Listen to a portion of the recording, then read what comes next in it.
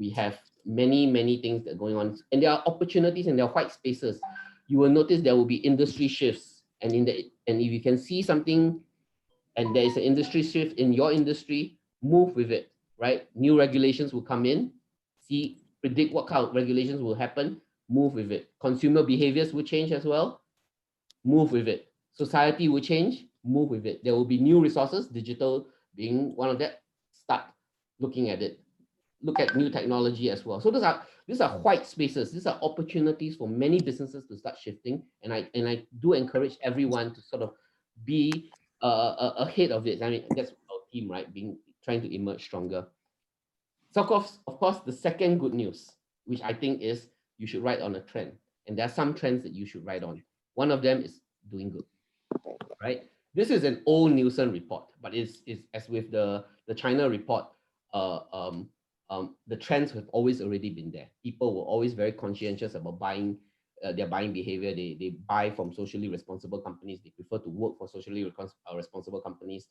I picked this report was because there was a footnote there that was very meaningful for me. In this report, that year in 2014, the report said that 55% were willing to pay more for products and services from companies, from socially and environmentally conscious businesses. But in that footnote, it said that in Asia Pacific, the number was 64%. It was 9% higher than the global average. And this is higher than the Americas. This was higher than European. So the mere buying behavior of businesses and consumers are not simply a European concept, right? It is actually, I believe, an ASEAN concept, an Asian concept, right? Because we are all ASEAN by heritage. We also have sort of that belief in doing good while working as well, and that translates to actually our behavior and our patterns, and that can be shown by the Nielsen report in 2014. So obviously, there's the scatterbox of information. 56% of Singaporeans believe in a responsibility to prevent environmental change. 1 in 2 Singaporeans are willing to spend more on ethical products. A quarter of Singaporeans have boycotted a brand because of bad behavior. 88% of Singaporeans think that businesses have a responsibility to do good. And I know I'm only sharing Singapore's statistics here, but I am very sure that it applies the same in all our ASEAN countries. It's just a matter of time, right? So here's a point where I like to everyone to stop and think a little bit. What will your business look like after the war? And I bring up another McKinsey report, and that would be to try and take a stand on purpose. Now, I know many of us are struggling, right? And even in this report, it says, do CEOs have time to consider corporate purpose? The answer is probably a quiet no. No one's going to outrightly tell you no, right? Because look, my house is burning. I have to save my house first. But my question is, if you manage to save your house, what will it look like after that, right? And I think a reminder now is to start looking at your purpose, because I believe your employees are looking, your customers are looking, your suppliers are looking, your communities are watching, right? And I believe that they will have very long memories and they will remember what you did now, right? So take this chance. So I go into myself, my second chapter on the job to be done. How do you start defining your purpose and what you need to do? I think the first thing to do is always to redefine your purpose. And there are many articles online to do that. Forbes has it, Harvard Business Review does it. And then this, of course, our winners. There are so many of them. And they have, when they create brands that have purpose, they get stories that matters, right? And they create a brand that matters. I mean, these are all some of the taglines that some of our champions had, and Better Barista is there, Ostropo is there. They have sexy taglines. I mean, I know it's taglines, but it does help send a message across to the consumers and to the businesses of what you are trying to do. And it matters, because when we do that, we are a collective that tries to make a difference. And at this point, this was an image that I had to go and dig out from a friend. This is an old advertisement that was embedded in me 20 years ago. I was a young advertising man, right? And then this was one of those images that stood out in my mind and had been with me for very long. It was for the 4As, for IAS, sorry. It was a credit goes to Shooting Gallery. I mean, if you don't know Sebastian is also in one, a good friend. They were actually promoting advertising, and they were telling people to advertise, and then this is the war scene of people dying, and then there's this man holding up a Rolex watch in the middle of a death scene, right? And it's just saying basically to advertise to survive, right? If not, you're gonna just die. But I mean, I don't suppose that's really all the same true now. It's not about advertising. It's also about being visible, right? And that's what branding is about, being visible and being visible for the right reason. So branding is raising your awareness is what is important, and it's only important because it increases your book value. And there are a lot of little evidence of it. I think we are sort of fortunate. The scuttlebutt on my side is that we're working with NUS, and NUS has sort of hinted to us that they have a study in place that's going to come out that will prove that branding, doing good, does increase your brand value. And they are going to provide the kind of evidence soon. And I'm quite excited if that report comes out, and I'm hoping to be a part of that that messaging as well, right? But increasing your brand value is also not something that's intangible. It can also be translated into tangible assets. If you look at S&P 500 market value in 1975, 17% of a business value was made out of intangible assets, right? While in 2015, that means 40 years later, the business value, 100% of the business value was 87% of it was based on intangible assets. Only 13% was based on tangible assets. So it's not really about physical assets anymore already. It's about value, right? Coke is worth so much money, not because of its supply chains and its manufacturing arms and its ability, but because of its brand, right? And that intangible value is what I'm trying to encourage everyone to build. And of course, do it with a purpose. So my last two slides, and I'm trying to keep my timing to within my 20 minutes as allocated, is how do we start? I know many of us have always this question of where do I begin? What do I do? How do I do good? My suggestion is to get help. And sort of, there are many out there. There are many kinds of associations and services. And here in Singapore, we've got a whole host of it, right? We've got B Labs. Actually, B Labs is not only just in Singapore, it's a global organization.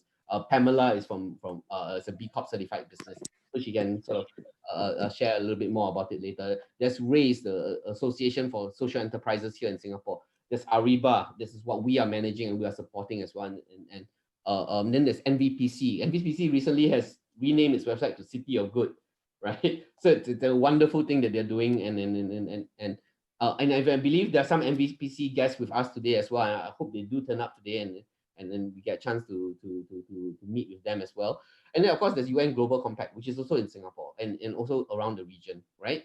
So there are many options and support and help that you can turn to, right? I mean, obviously I'm biased, I would say Ariba, but it doesn't matter. You can really work with any organizations to get your sensing and get where your purpose is. And this is where I think you have an opportunity. So I sort of have last two more slides, and I want to sort of encourage everyone that say that look, if you are really keen on looking at your brand and your business and to build your brand as a force for good, there are a lot of steps to do. First, of course, is to learn, right? To get your ideas from people, and hopefully we can pick up what we can learn from Pamela today and from Ostropo. You may have to define and redefine your business to see where there's your positive externalities can be. Network. I mean, working with other good businesses helps, right? You have the same ideas, the same energy, the same directions. Go to market with it, right? Start somewhere. Make an announcement about it. Join interest groups. Work, get training bursaries. Work with technology partners. These are actually all the things that you can do to also help in case in the event that you yourself are sort of not ready. You can also participate in areas. So so that's it. That's sort of my 20-minute spill on why businesses should do good. I hope that sort of helps the narrative a little bit. Thank you all for that time, I'm going now to pass it on to Pamela, right? And get her to share a little bit about BETTR Barista. Now, before she starts, and Pamela, maybe you want to just get ready already. and before she starts, Pamela and Kun Sing are both Brands for Good winners. They've been with us. Kun Sing actually from Ostropol has been participating in Brands for Good 2 years in a row. The first year they came in as a patent for good, right? And the second year, they became a champion for good. For which category was it, Chun Seng? Can't remember. Patent. Okay, even patent. Okay, and I know Pamela is also another champion for good. And we've had, I mean, not many, unfortunately, right? In the first year we've had 2 champions, and second year we had 9 champions. And okay, let me say this because I'm part of the secretariat and I got a chance to sort of preview the things. It's not easy to be a champion. Okay, to be an honorary for Brands for Good is not difficult. Okay, so I encourage everybody, go you here. To be an honorary for Brands for Good is not difficult, right? You just have to have a few check boxes to tick off.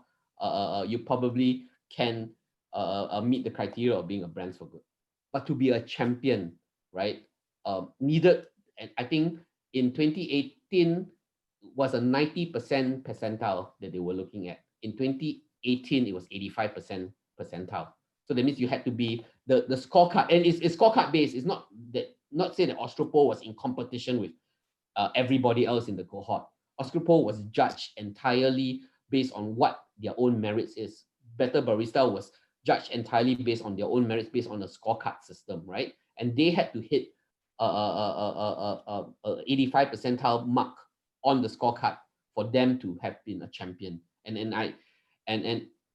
we had sort of the privilege to learn about them and be with them. And I hope today that we get a chance to know a bit more about Pamela and Kun Sing or in their businesses as well. So okay, over to you, Pamela. Okay, thanks, Glenn. Thanks, everybody. I think, yes, good job, Glenn. You made it 20 minutes on the dot. So I will hope to try and do the same. But I think thanks, Glenn, for kind of setting that stage. I think a lot of what he's talked about is going to be kind of directly related to kind of the work that we do, all right? And maybe it will give you kind of a practical idea of how the things that Glenn talks about is executable in reality. So let me just quickly share my PowerPoint just to make sure that, okay.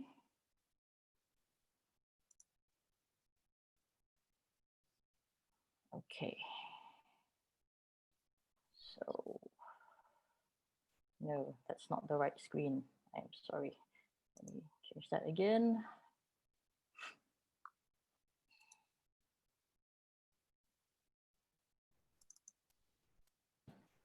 Okay, so can everybody see my screen? Yeah, yes, I'm going to change it to presentation mode. So just,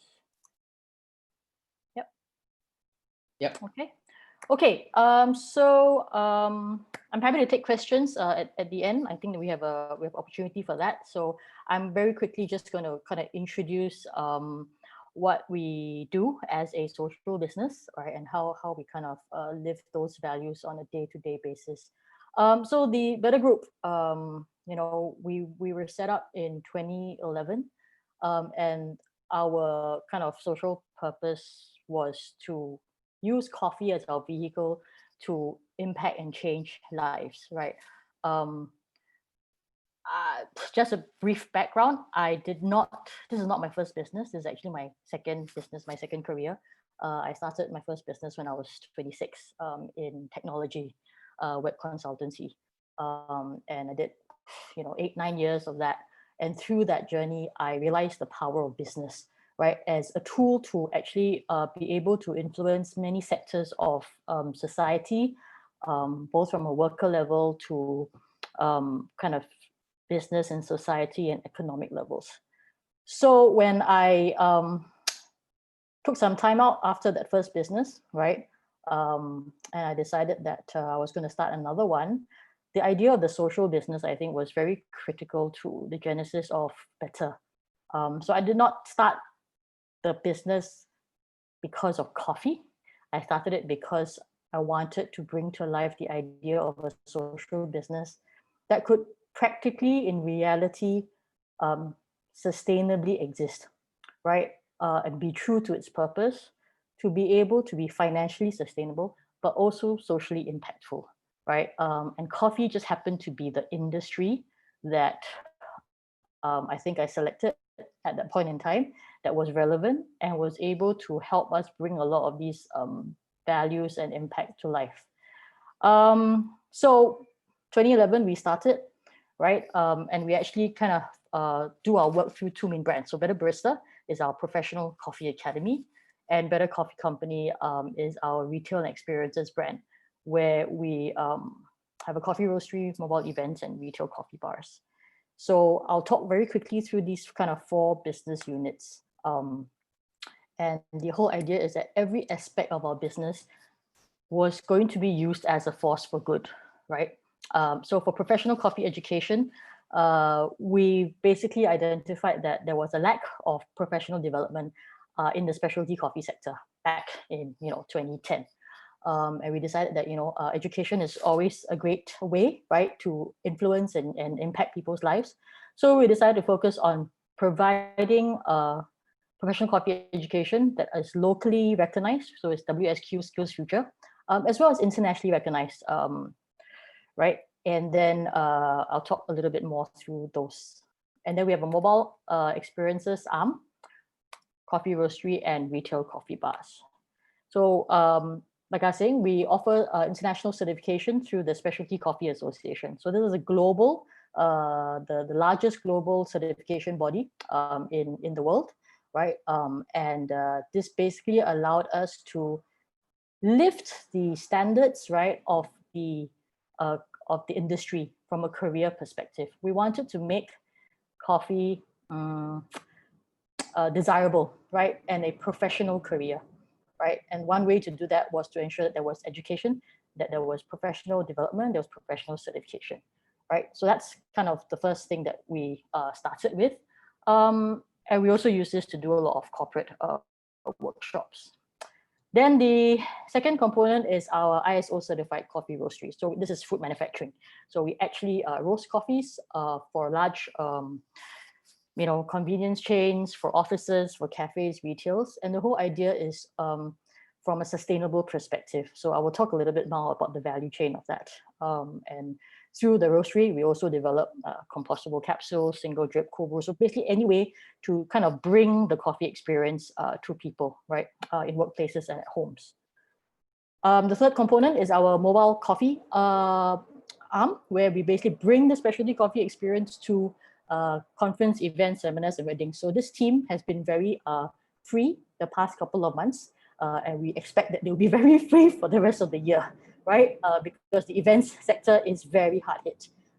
So if anybody's in events, you have our deepest empathies, right, and sympathies, because it's a tough time for you, and we actually need to reinvent. This was actually a major one of our arms of business. We focus on very large scale kind of events. And then the newest part of the organization are our retail coffee bars, right? So right now our focus is actually on workplace communities, right? And we actually run takeaway retail bars in places like the Temasek staff, the cafe for Temasek, for Facebook, GovTech, UN Sang, Ministry, MSF, DBS at Plaza Sing, Kutik Prat. So all of these are kind of employment destinations for the beneficiaries that we work with, which I will talk about a little bit later, right? And these 4 revenue units basically generate income for us to fund all our various social initiatives, right? And the main social initiative that we started with in 2011 is something called the BETTR Holistic Program, right? And this is kind of like a study and work training program where we provide not just work-ready skills for people to start a career in the coffee industry. We also do emotional training and physical training. Actually, the core of the work is emotional training, right? Because it's very easy to teach somebody how to make coffee. It's very easy to teach somebody to do any technical skill, but to get them to get a job, stay in the job, succeed in the job, is a lot of it is actually the emotional resilience and emotional work to succeed, right? And that's the core of the work that we do. So this program is primarily targeted at working with marginalized women, youth at risk, and those with mental health challenges. So when we talk about marginalized women, they are all from low-income families, single mothers, older divorced women from abusive homes, incarcerated partners, all sorts of challenges, right? And we've worked with people as young as actually 15 all the way through to 58. So we've been doing this for the past 8 years.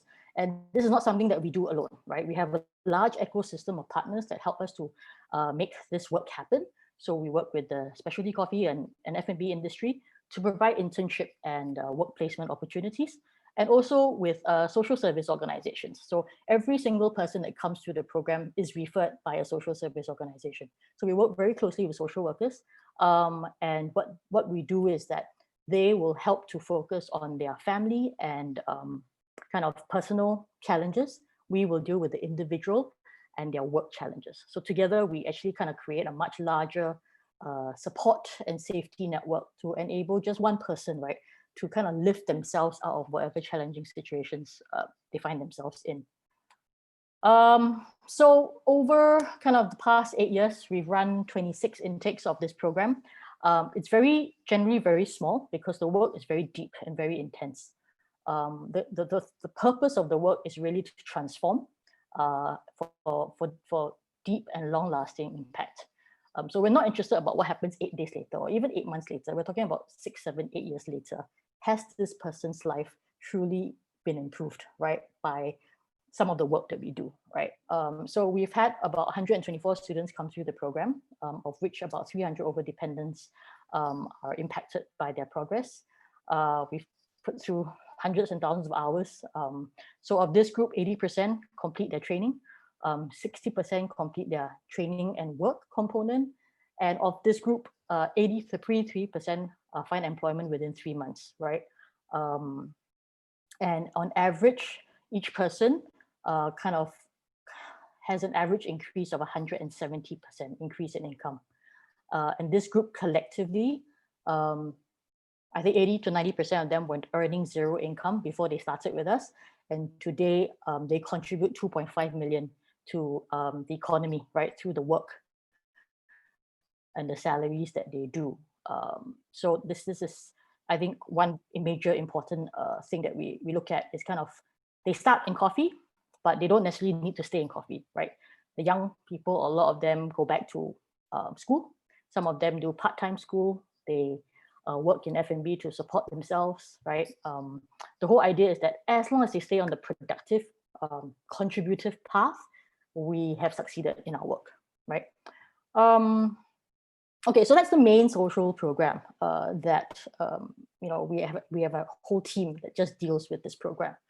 But I also want to talk a little bit about the value chain. So we're at, as a consuming country, city-state in Singapore, we obviously are at the end of the value chain, right?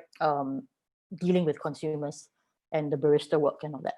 But coffee is, a large industry, right? It impacts millions and millions of lives around the world, right? So there's an opportunity all along the value chain to create impact. And that's kind of what we've been trying to do over the years.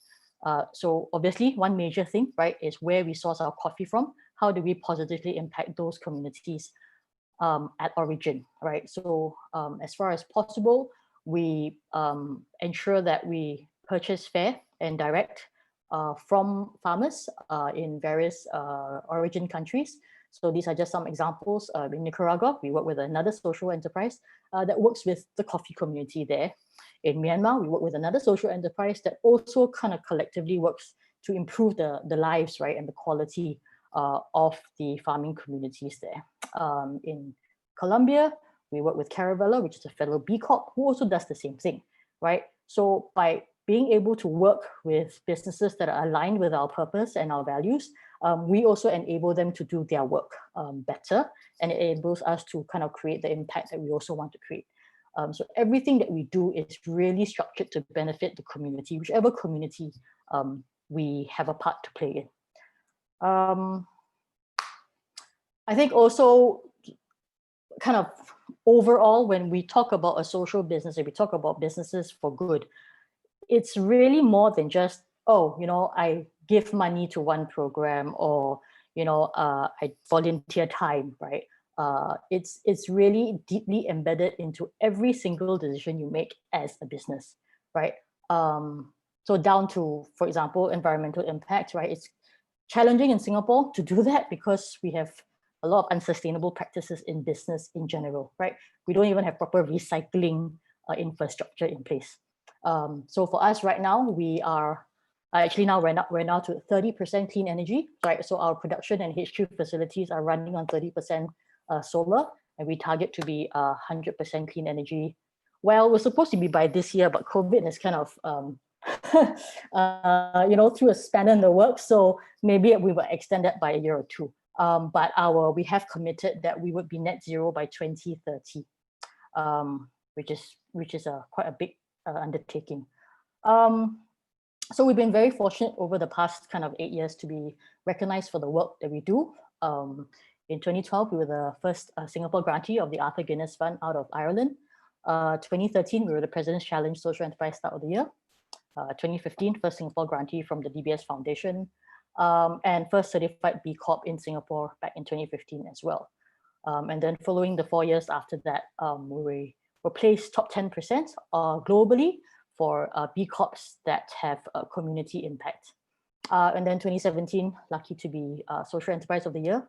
And then in 2019, right, joining the Brands for Good community, recognizing both the business model and as well as the diversity and inclusion. So I think, like I said, we've been very fortunate to be recognized for some of the work that we do, and it's kind of opened us up to, be able to do more business, more work, collaborative impact work with organizations and people that also believe in the same thing, right? And I think the key thing is that we continue to want to do more. So just very quickly, just talking about some upcoming impact work. And the context of this in a COVID environment, right? So we expect that in the next couple of years, we're going to see, as Glenn says, a growing divide, growing inequality being experienced. And there are going to be people who are losing jobs, right? Jobs will disappear, companies will close down, right? So we're going to be seeing a lot more of the marginalized community. That population will actually grow, and we need to do something about it. We're also looking at mental and emotional health, right? And we're also looking at impacting the region. So very quickly, I think the problem that we seek to kind of address kind of 8-9 years ago was this unproductive workforce, kind of the bottom 12% of our population, right? So if you look at that, that's almost 500,000 people in Singapore who are operating under the poverty threshold, right? That's a lot of people. So this is the group that we've been working with the past couple of years. And I think with COVID, we're going to see an acceleration, right, of the unskilled and low-skilled workforce, which is kind of the bottom 20%. And there are over 800,000 people in Singapore who earn less than $1,124 per month. Okay, so these are your low-skilled ad hoc work, gig work individuals. And many of these are going to, if not lose jobs, many of them will join the ranks, right? So we are developing or adapting our current training program to cater to this group. Again, to ensure that they are given some skill sets, right? To kind of be able to get more sustainable employment and work, right? So I'm not going to talk too much about this. And then the second thing that we are going to address, we've just recently started a new nonprofit called BETTR Lives. And this nonprofit is dedicated to creating better mental and emotional health solutions for individuals, organizations, and marginalized communities. So this is the work that we've been doing with our beneficiaries from day one. And I think in this day and age, we are going to see that if we haven't already seen, we are on we finished circuit breaker, right? So day 55 was yesterday, right? And you have seen that a lot of the mental and emotional health of our people has been affected globally, right? And if we don't put in place some structured solutions to help people deal with it themselves, we are going to be looking at a much longer and larger war ahead, right? Because if people can't function, society cannot function. So this is the next thing that we are focusing on. And then the third thing is we're launching a social franchise model of our business and moving into the region, Indonesia, Philippines, Myanmar, because these are what we call they are coffee growing communities. So we believe that there is work that we have done that can be adapted and impact the lives of those women and young people in these communities as well. So again, the regionalization work will kick off at some point when we're able to travel again, right?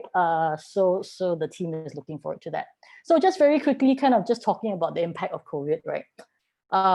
As I'm sure with many of you here in the room, our revenues took kind of a 50 to 80% hit, right? And we found that we had to gradually kind of close things, right, over the past 3.5 months. So I guess the key job is to keep costs low, right? Ensure that there's cash flow, right? And very quickly start creating pivot projects, right? So that we are relevant for the new normal. Operationally, I think the key thing was to keep our staff safe and healthy, physically, but also emotionally, right? So we committed that we were not going to let anybody go. Our goal was to save jobs. Everybody needed to keep the jobs. So if that meant that we had to reconfigure everything to ensure that people could still have an income and a job, that is what we were going to do, right? And in terms of our community, I think kind of ensuring that we don't forget to keep our stakeholders kind of together, right? And ensuring that even our beneficiaries through the program are taken care of, right? So the holistic training program continues to run. So we completely revamped how the program is run so that we can do it virtually. Not the same, right? But at least that work continues to happen because actually it's more important now than ever. So I think Glenn said, just kind of my last slide here to talk a little bit about why it's important to be purpose-driven, right? And I think, and kind of whether it has benefited us in any way. Because, we're a lot of Singaporeans, right? They're like, oh, so you want to be social business, purpose-driven. What is the benefit? And always the benefit comes in dollars and cents. So I can tell you that, no, you may not necessarily see direct financial benefit from existing this way, right? But I think from a larger picture perspective, I think if we didn't operate from a pure purpose-driven perspective, we probably maybe not be here today, number one. And two, we certainly would be in a worse position to ride out the current COVID situation. So in terms of when we talk about being a purpose-driven, it's always looking at our ecosystem, right? How do we add value to that stakeholder? How do we add value to the ecosystem? And how do we create win-win-win opportunities for everyone so that there's collective and collaborative impact? So that thought process it happens down to a minute level, right? So that the decisions you make and that the team makes, right, is always impact and purpose first. Don't get me wrong, financial sustainability is obviously important because if we cannot fund ourselves, we cannot exist, then there's nothing else to do, right? But it also doesn't mean that we need to maximize profit at the expense and the destruction of our stakeholders in the ecosystem, whether it's our customers or staff or the environment, right? So I think kind of just to round off kind of the benefits, right? I think for customers, do we get customers just because we're a social business? Yes. Do we get customers in spite of us being a social business? Yes, because maybe now not so bad, but certainly when we started, there was an association that a social business was producing inferior quality products and services, right? And I think the job was to show people that no, actually we produce just as good, if not better than everybody else in the market. So there are at least 50% of our customers who did not know that we're a social business. But after they find out that the impact work that we do, they've become champions and fans, right? Because if you are able to show your customers that you walk the talk and you're truly creating impact, right? That creates a brand loyalty that no amount of money can buy. And that's what I mean by the benefits, right? You can't count them in actual hard dollars and cents, right? But brand loyalty is intangible, as Glenn says, it's intangible value, right? In terms of staff, I think we also have been very lucky. We get people knocking on our doors all the time because they resonate with the purpose and the mission of the organization and the values that we stand for. So for us, we never ever hire for skill set, right? We always only hire for values alignment. So if people don't understand what we do and they don't believe the reason for existence, they actually don't even proceed, even though they may be the most technically qualified person in the room, right? Because we make decisions every day that don't necessarily make 100% commercial sense, right? But they further our purpose and our impact mission. So as Glenn says, right, the millennials and the younger generation, they definitely are looking for meaningful, purposeful work, right? And they have to feel that if they're going to slog hard, they're going to work hard for an organization, it has to mean more.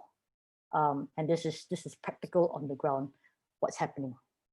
And with partners as well. I mean, we've had the opportunity to work with many big brands in all kinds of relationships. And definitely, I think the purpose opens the door, right, to have those conversations.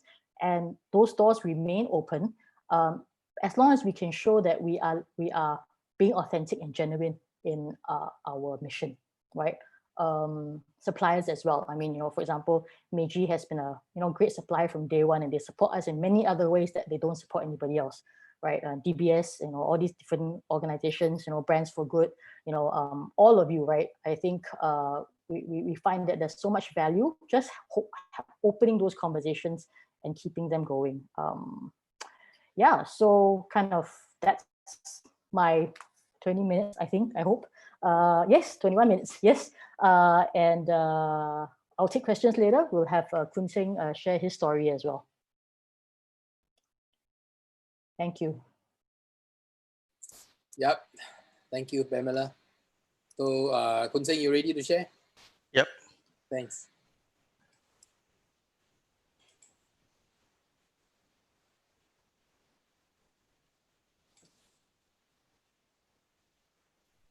Okay, good. Can see your screen.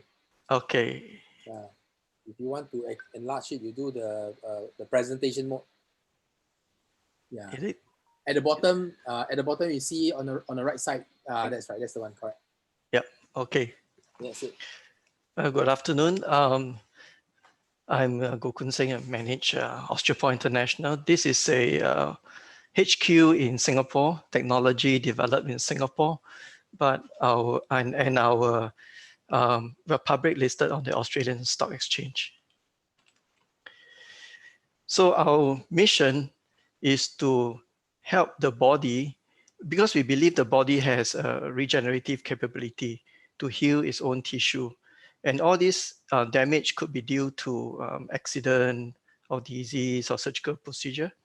So we believe that if the body can heal itself, it will help to minimize or eliminate late complication, meaning late infection, late fracture.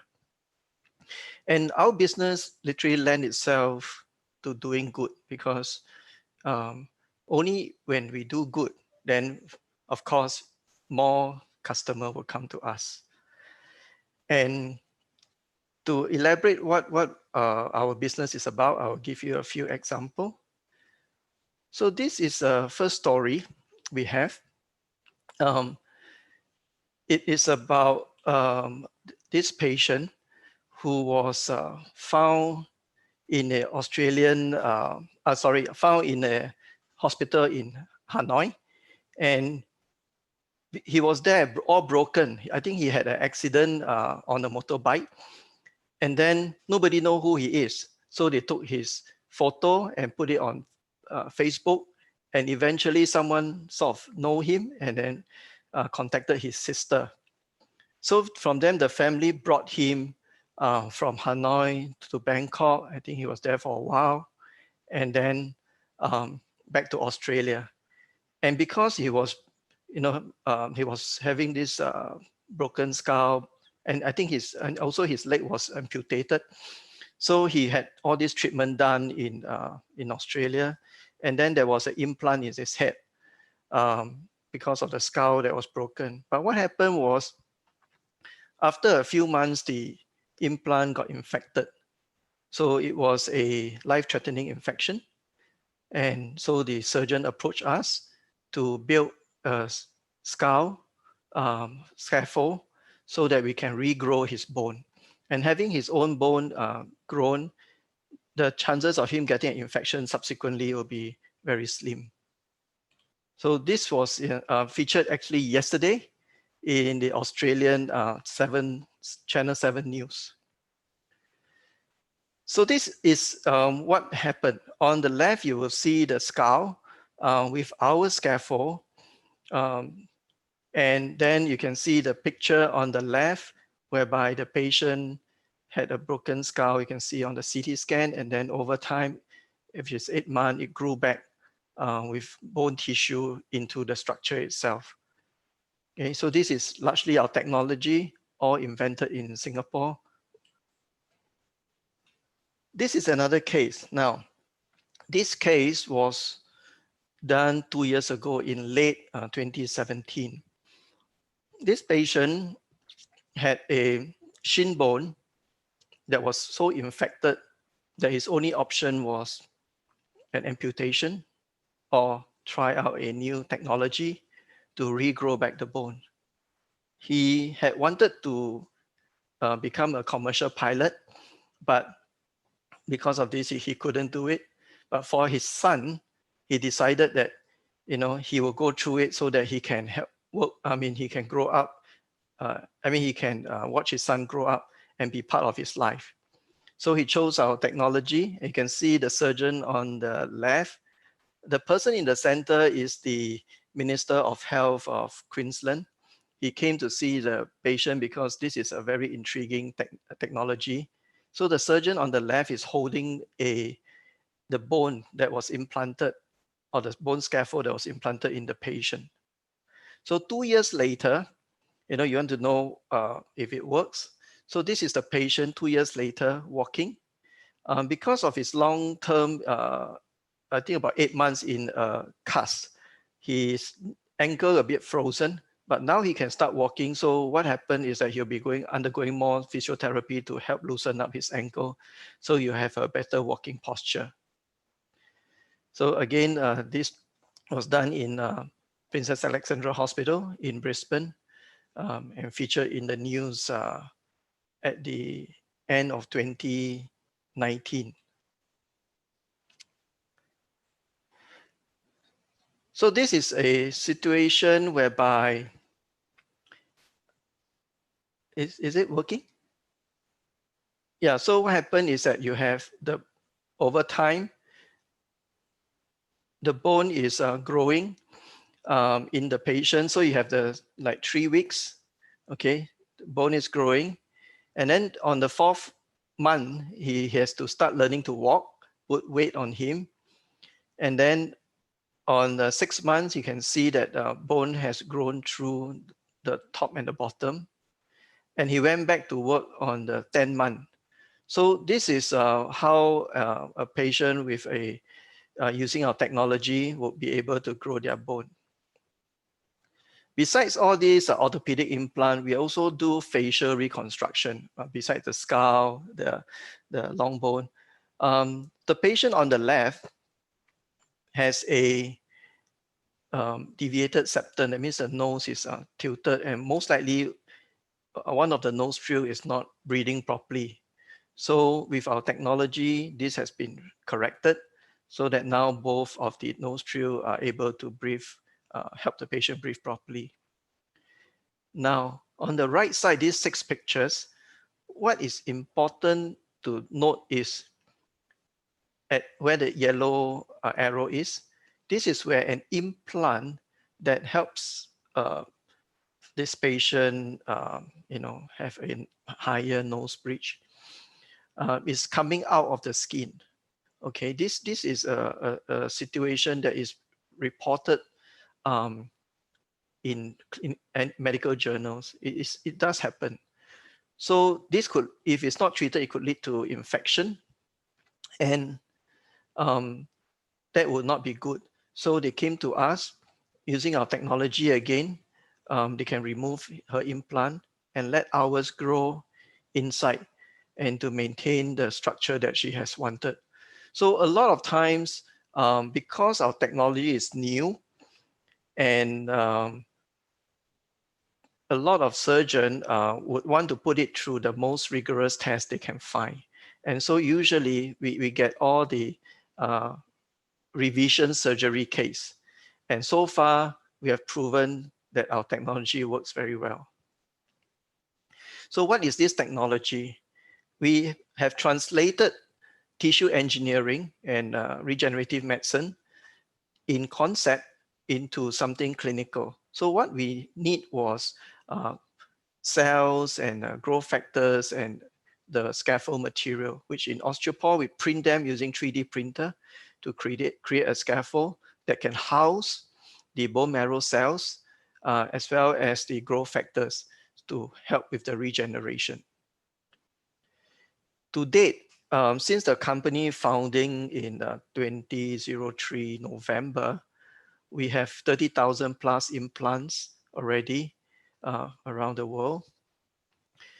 And 90+% of the cases that we do are outside of Singapore, largely because Singapore has a small population, but there are a lot of patients all around the world that need this type of treatment.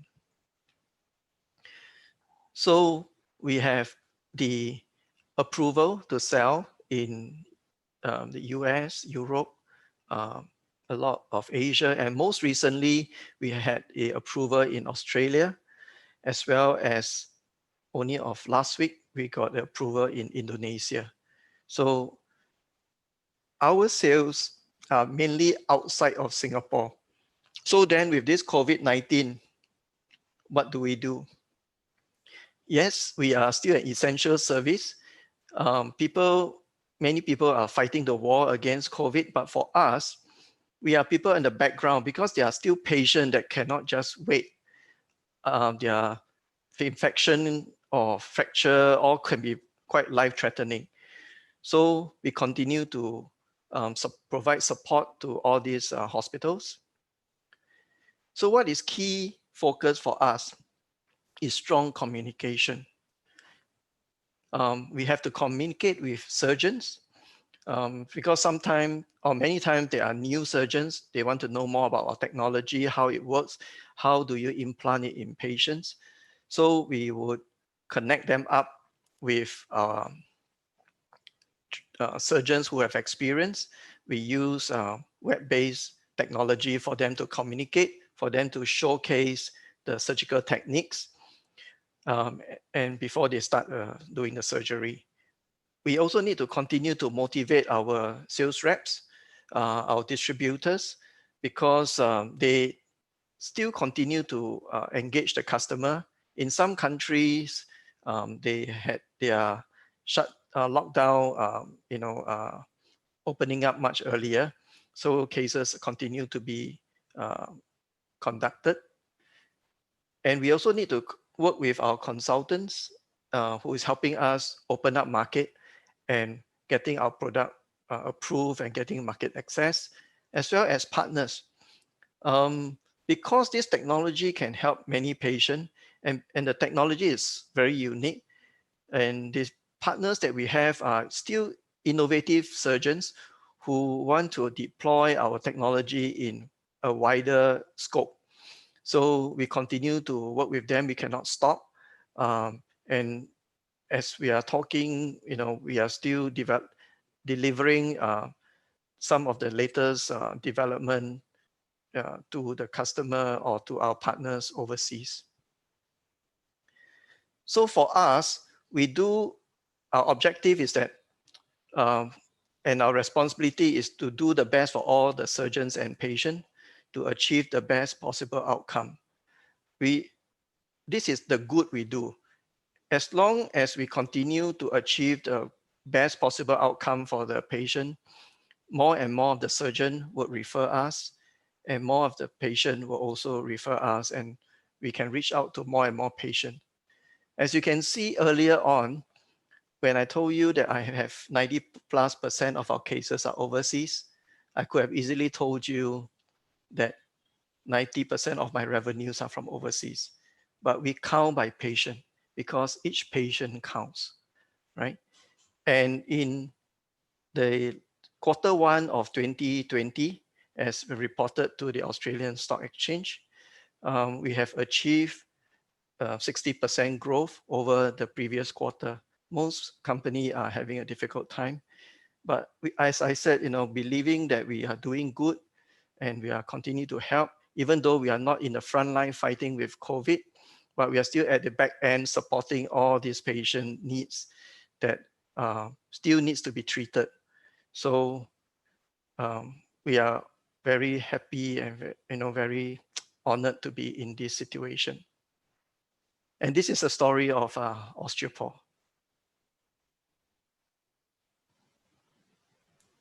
That's it. Okay. Thank you, cool. Kun Sing. Thank you, Kun Sing. Maybe let me share a thought. Actually, when I was in IPOS, the Intellectual Property Office of Singapore, I was also quite inspired by an initiative driven by the USPTO. How they recognize their inventors who have made the world a better place. And today's time and age, we have a lot of technological breakthrough, right? A lot of new tools, but it takes a good heart, right? It takes the right intention, it takes the right purpose to make use of all this technological breakthrough to turn it into human advancement for humanity, right? Because you can also use a lot of all this technology, right, for selfish gain, that is harmful to the other people. So that's what Brands for Good really wants to do, right? Because I think we all have got given creativity. When we are looking at problems, social problems or environmental problems, I think there are solutions, but it takes people with the right attitude, with the right as I said, the right purpose, right? And sometimes it may take more than one person, because I think nowadays also problems are getting very complex, right? It takes more than one to put our heads together to create a solution that has got a positive externality. It achieve good, not just for good itself, but for the greater good, for the society and all. So and that's what our community is all about. That's why we bring everybody together, right? And now you know why also Osteopore won our patent for good. It's a very deep tech. When I was in IPOS, someone once asked, what is deep tech?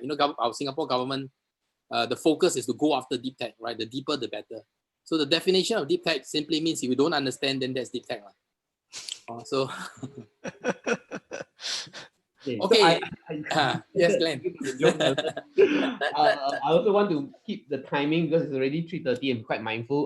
We're supposed to have some quick Q&A sessions as well. Does anyone have any questions to sort of raise? You can sort of unmute yourself. We picked this format so that actually there's some chance for us to ask a direct question. If you're not, you can also post it on the chat group. Anyone has a question for Osteopore or Pamela? Don't be shy. So maybe I can. Does anyone want to start? Ella, you want to start? Ask a question to Pamela. Arrow you first, then at least someone. Okay, sure. Maybe I ask a very down-to-earth question to Pamela, because I think, especially in the Singapore context, everybody is a very down-to-earth, very money-driven, right? So when you do what you are doing, you talk about value alignment, very admirable. But how do you then ensure that your value-aligned staff is able to perform their task? A lot of training and investment in human capital. So put it this way, I talked about our retail bars, right? So we've got 8 locations now, and 100% of the ground staff running those bars are graduates from the social program, right? And they are now responsible for 7 figures of revenue for the organization in just less than 3 years, right? So I think it is, testament that there is investment in human capital. You have to invest in training. You have to invest in giving them the skill set. And you necessarily may not see that come back immediately, right? But a sustainability perspective, a long-term perspective, once you're able to impart those skills and those values for somebody to function inclusively in a workplace, you cannot take that away, right? And they can only add value to wherever they are. So I would say that, yes, there is a lot of investment in training for people that I think it is challenging, when we all have to deal with bread and butter issues, right? But I would like to encourage all business owners to think of that as an investment for the future. It is not a cost, right? Investing in your people, because with no people, you have no business. So if you don't invest in your people, you're not investing in your business. And that's fundamentally it, right?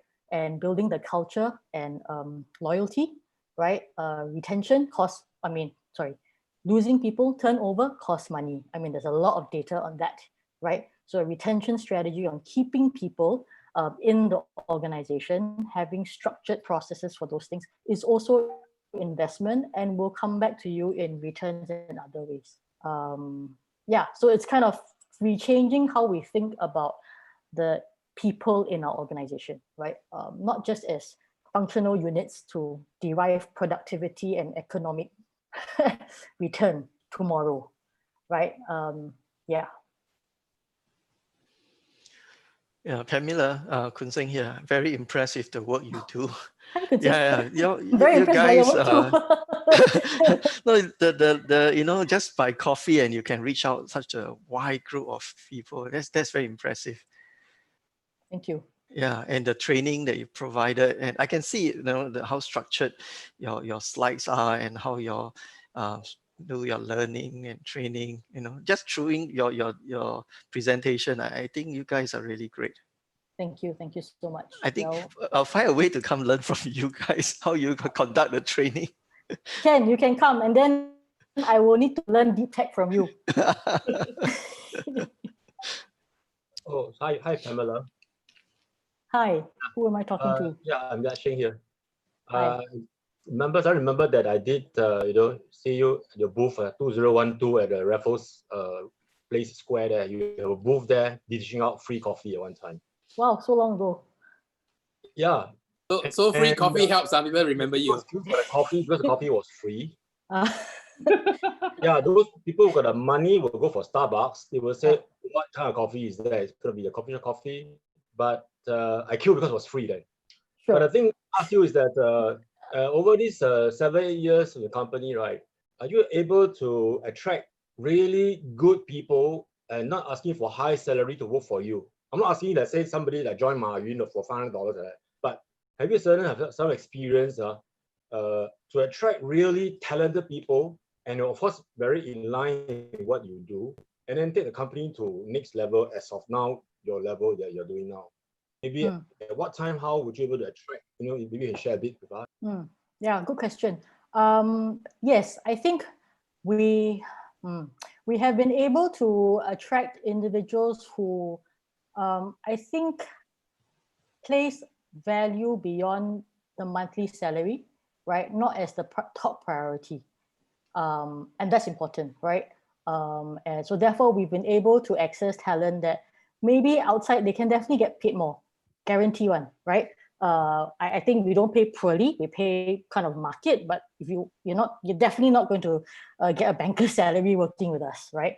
So it's about paying people fairly, right? So, and I think we all know that, kind of just again with research and data, that when people get paid a certain level, that they are able to cover their basic needs, right? And they don't have to worry about their life anymore, then kind of self-actualization, right? Maslow's hierarchy, right? They seek more purpose and meaning beyond just the monthly paycheck, right? To be able to get the most out of them. So I think I think we've been very fortunate to get talent that, have been willing to maybe get paid less than if they were to go to, some other organization out there. But I think for us also, the key thing now is how do we also attract even more high level talent, and be able to reward everybody more, right? So that goes into the financial sustainability of the organization as well. But yes, as a matter of fact, we have been able to attract talent without having to pay maximum lah, because the benefits of being with us is multifold. Yeah. Okay. Wonderful. I think again we are 10 minutes overrun. So I think any other questions that you may have, maybe you'll post it. Pamela and Kun Seng will still be around for breakout room sessions later. Before we go, I would like to sort of take a chance to take a group photo. I know it's the new world we'll be living in now. So at this point, can I get everyone to sort of turn on your cameras? And this is a group photo, so I don't have a photographer trying to tell you where to stand or that. But the least I can do is to tell you to try and frame yourself within the window. And if you get a chance to sort of right-click your picture to rename yourself, to put your name there, that will actually be a little nice touch to make the image nice. Furious is in the background, who's going to try and do a screenshot. I will also do a screenshot, so you see my fingers. I'll try and avoid that. So if everyone can sort of turn on your screen, we will do it 4 times, so that because there are 4 pages to do a screenshot. Again, body framing, shoulders in, head, leave a little bit of space to your photo, adjust your camera for a good shot. Okay, and then we are good to go. So first shot, smile.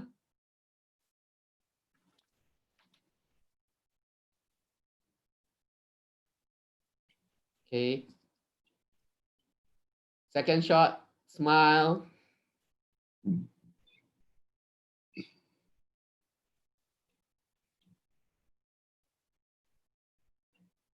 Third shot, smile.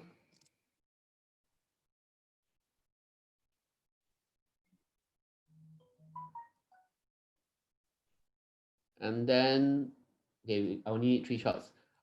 Furious, are you there? Are you good?